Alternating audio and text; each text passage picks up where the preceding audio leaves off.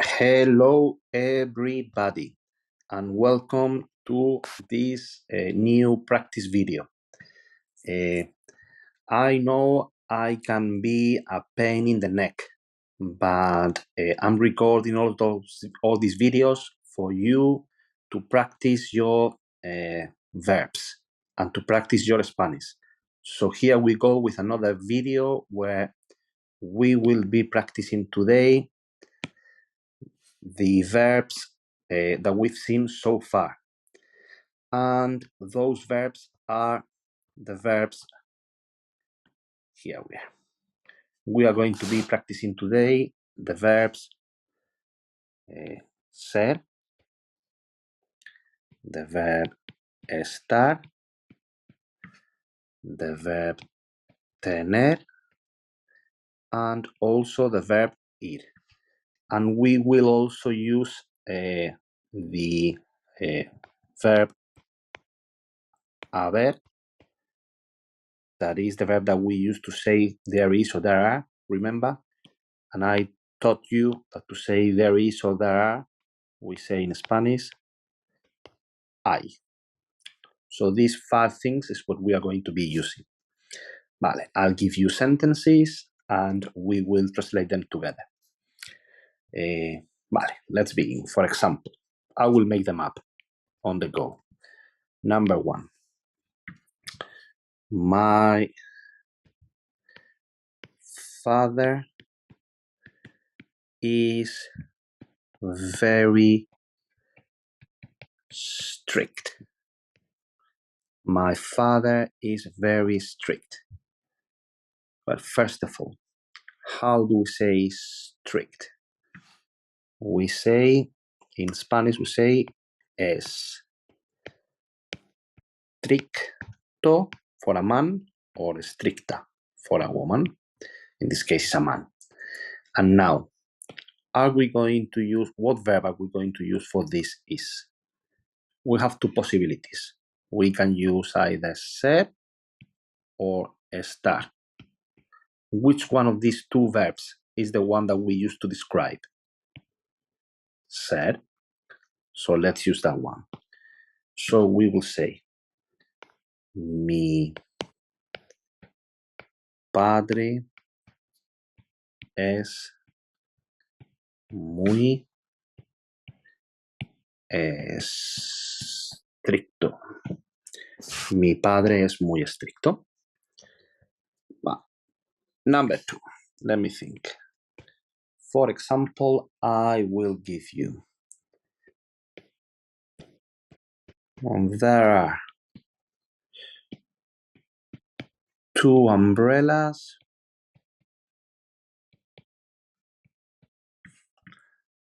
in that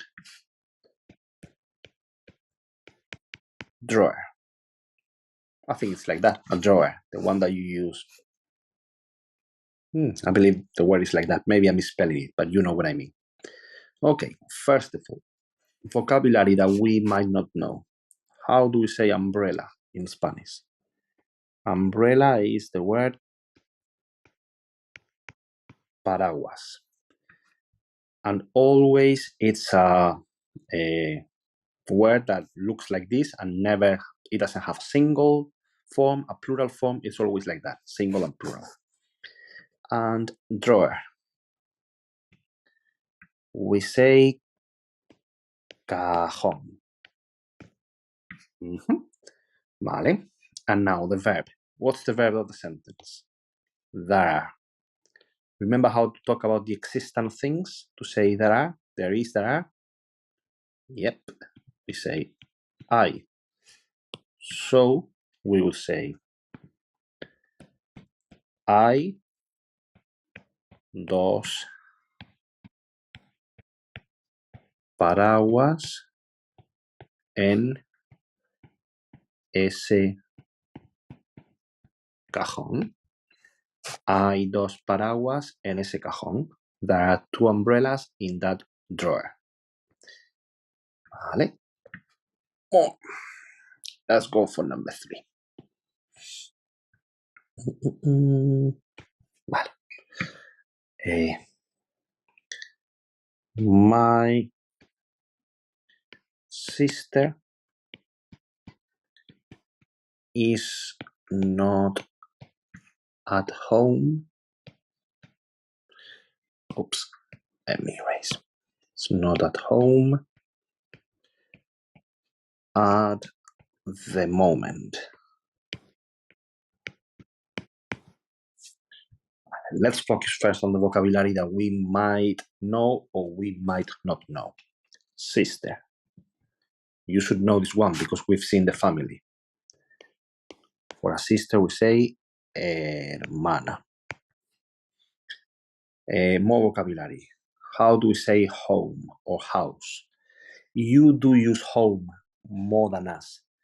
We normally use for both casa. Casa. I know it sounds strange to say my sister is not at the house or at house at the moment. You would use home, but we would say casa for that. And a time expression, at the moment. In Spanish we say en este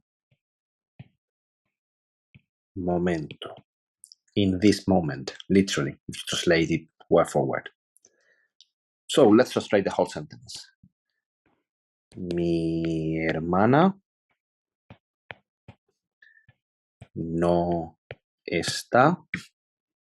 Oh, we haven't discussed that.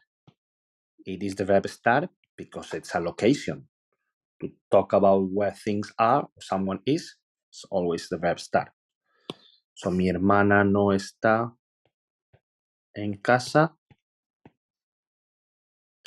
en este momento. Mi hermana no está en casa en este momento. Let's go for one more. Number 4.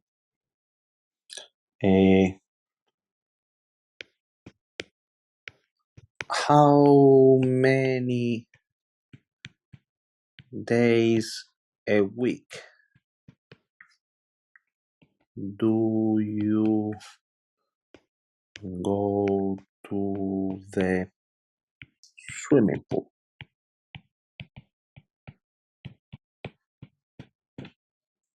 How many days a week do you go to the swimming pool? Vale, let's analyze the different words that we might know or we might not know. How many? That's a question, questioning words. How many in Spanish is either cuántos or cuántas, depending on the following word. If the following word is masculine, was cuántos. If the following word is feminine, cuántas. More words. Week. For a week, we say semana. Swimming pool. Probably you know this one very well. Piscina. Piscina. Vale? And the verb, of course, is going to be the verb to go, the last verb we've seen. So, ¿cuántos días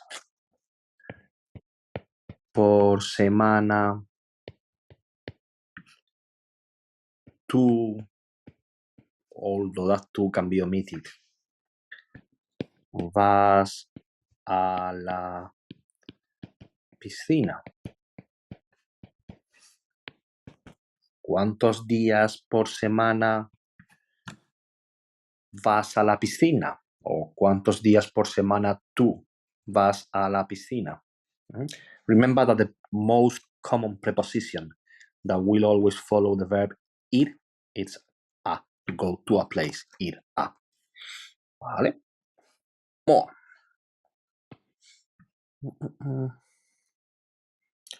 For example, what number is it? Number 5.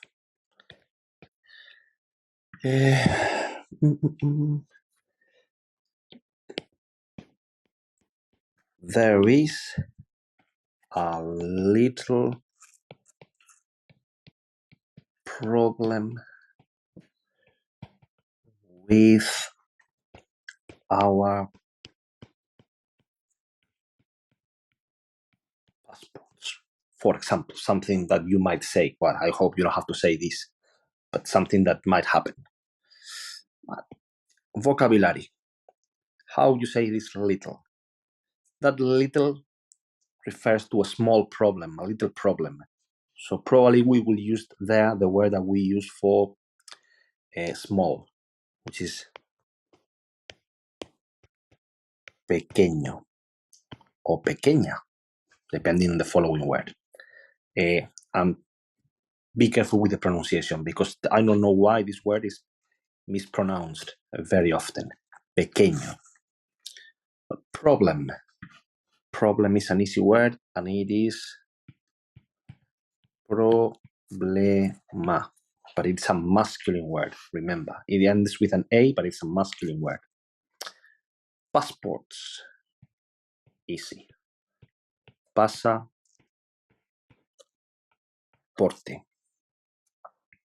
And regarding the verb, there are, easy peasy, I. So, I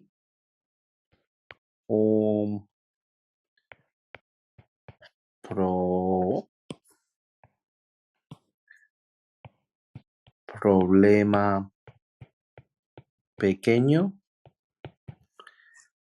In this case, if you do it the other way around, I know it's not the normal thing, but if you say pequeño problema, it sounds okay as well. Con nuestros pasaportes. Hay un problema pequeño o hay un pequeño problema con nuestros pasaportes. Number 6. Number 6. Let's use, in this case, the verb. Remember that in the video lesson, I told you about the use of the verb to go, to talk about the future. And we always use, in that case, ir a plus another verb. Let's use that use in this sentence. So, Sofia is going to go out with Pedro. Sofia is going to go out with Pedro. And let's use one more word. Tomorrow. You know how to say tomorrow. Tomorrow. Okay, let's discuss the different words. The verb to go out. The verb to go out is the verb salir. To go out. How do we say tomorrow? We say mañana. With. Con. And now the verb. To be, going to, plus whatever, it's always going to be in Spanish, ir a plus another verb in the infinitive. No need to change it. Of course, this ir needs to be conjugated. So we will say, Sofía va, which is the form of ir for a she, a salir con Pedro mañana. Sofía is going to go out with Pedro tomorrow. Ir a plus another verb without changing it. Let's do another one like this one. This time I won't help you so much. For example, I am going to. I'm going to mop the floor. To mop the floor. First of all, vocabulary. To mop. To mop is the verb fregar. Now, floor. How do we say floor? Suelo. If any of you are practicing with Duolingo and you've come across the word piso, that's a South American way of saying floor. But in Spain, we say suelo. So let's forget about this piso for now. And I think that's it. No, there are not many words here that you could struggle with. So, yo, that can be said or not, it's up to you. And now the verb ir, conjugated for a yo, voy. Now the preposition a, and now mop. Fregar el suelo. I'm going to mop the floor. I am going to mop the floor. One more. Ocho. Is it 8? Yes. Ocho. For example, they have to. They have to look after. Look after Amanda's dog for 3 days. They have to look after Amanda's dog for 3 days. Okay, vocabulary first. What's the verb to look after? It's the verb cuidar. And now let's discuss the verb. Remember that to say in Spanish, to have to do something, we always use the verb tener. That is a verb that we know, conjugated, and immediately followed by que, and then another verb. And that other verb goes in the infinitive. No need to be conjugated. The only thing you have to conjugate is the verb tener. So, ellos, you can say that or not, you can omit it. And now the verb tener for a they. Tienen que look after, cuidar Amanda's dog. We don't say Amanda's dog. We say the dog of Amanda. El perro de Amanda for 3 days. Okay, something that we haven't discussed. In Spanish, for can be translated as either por or para. Those two prepositions will be translated as for in English, but we use them both. We use one or the other depending on the situation, what kind of thing we are saying. Let me give you advice. For periods of time, for 3 days, for a month, for a year, it's always going to be por. So, por 3 días. Ellos tienen que cuidar el perro de Amanda por 3 días. One more. I don't want the video to be super long. I only want small doses of practice. And feel free to write any sentences at home and I will correct them for you. I will mark them for you. Vale, number 9. Let's use the verb But I won't tell you the verb that I'm going to use. For example, how are you today? And the answer is going to be I am